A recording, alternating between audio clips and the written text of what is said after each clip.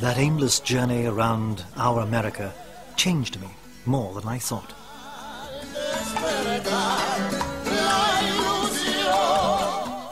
After traveling together for 7 months, the two friends separated. Ernesto had just $1 in his pocket and promised his mother, Celia, that he would return home to finish his studies. The freighter that took him back to Buenos Aires was forced to dock in Miami. While he waited for the ship to be repaired, Ernesto Guevara had to survive for 20 days with just $1. He completed his doctorate in record time.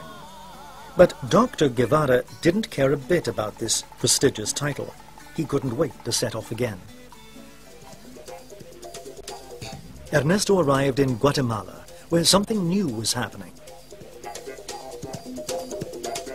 President Jacobo Arbenz, a progressivist military man, had promised a vast program of reforms.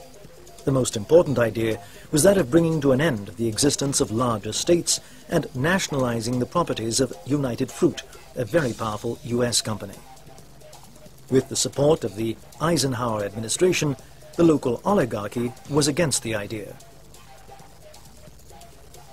Along the way, I had the chance to see the United Fruit properties. Once again, I was convinced of how terrible these capitalist octopuses are. I will improve myself and acquire what I need to become an authentic revolutionary.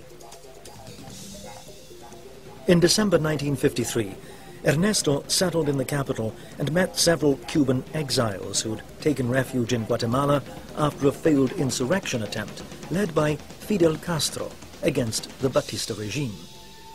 Led by a young Cuban lawyer, Fidel Castro, they tried to capture the Moncada barracks. The armed assault resulted in carnage, and their leader was captured and condemned to 15 years in prison. In remembrance of the Moncada assault, the group decided to call themselves the 26th of July movement. June 15, 1954. The Eisenhower administration gave the go-ahead to Operation Success. This was a CIA plan which financed the opposition to the government and trained a paramilitary force to invade the country. The situation precipitated in the space of a few weeks. Jacobo Arbenz resigned and left the country in the hands of a new military government loyal to American strategic interests. These were dangerous times for supporters of Arbenz's progressivist government. Ernesto decided to move to Mexico, where his life reached a turning point. While Cuba was rocked by the student protests against Batista's corrupt regime, Fidel Castro was unexpectedly freed from prison and immediately joined his companions in Mexico.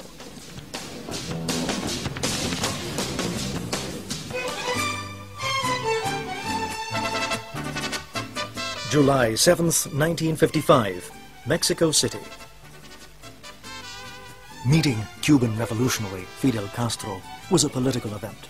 An intelligent boy, he's very sure of himself and is extraordinarily courageous. I think there's mutual respect between us.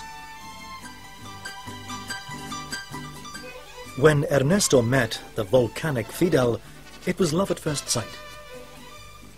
Castro was looking for a doctor to join the group of revolutionaries that would land in Cuba to overthrow dictator Batista. Guevara didn't think twice.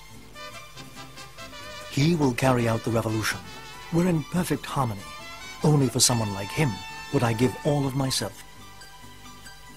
At that time, Ernesto was financially dependent on Hilda Gadea, a woman who belonged to the left wing of the Peruvian party, which was there in exile.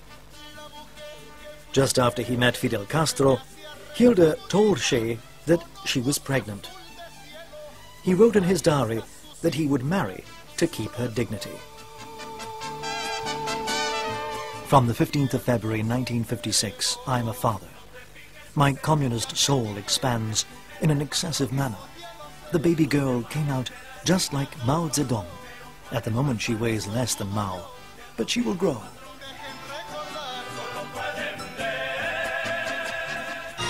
At last, Castro found a boat to reach Cuba. The Granma was an old cabin cruiser. On board, there were 79 Cuban revolutionaries and 3 foreigners: globe-trotting Argentine doctor Ernesto Guevara, Dominican Ramon Mejias, also known as Pichirillo, and Italian Gino Donné, who was fleeing post-war unemployment. Everything was ready for departure. December 2nd, 1956. It wasn't a landing. It was a shipwreck.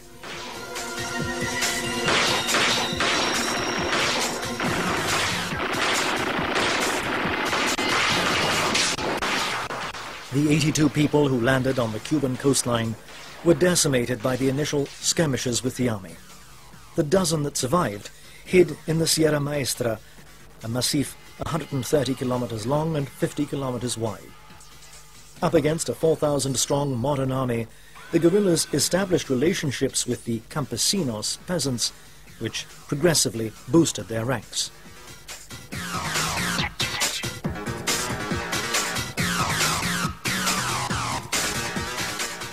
It was our baptism of fire, the beginning of the formation of what was to become the rebel army. Right during the shootout, I found myself in front of a rucksack full of medicine and a crate of ammunition. The weight stopped me from taking both. I took the crate of ammunition and left the rucksack.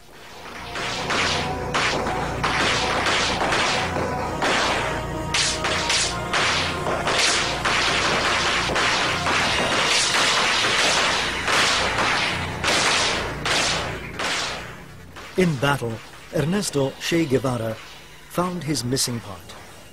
He discovered he was unafraid of dying and played a fundamental role in the development and survival of the rebel army. One day, a spy among the rebel army was discovered. It was one of the peasants who had voluntarily joined up. The traitor was unmasked and condemned to death, but nobody was prepared to carry out the execution. Che volunteered himself and wrote about it in his diary, describing the size of the wound caused by the bullet and how the bullet entered and exited the man's brain. He wrote about how calmly he slept that night, without asthma attacks.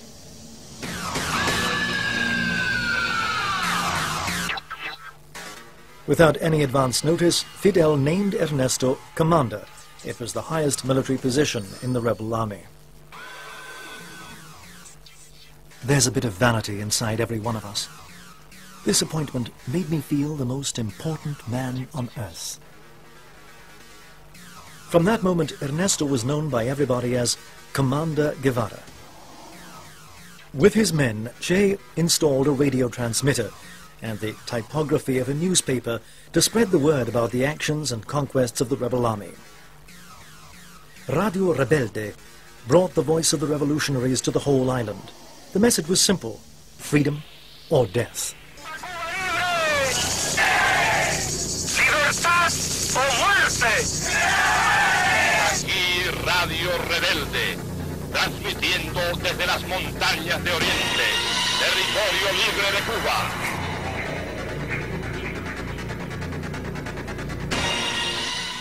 Commander Guevara set up an out-and-out arms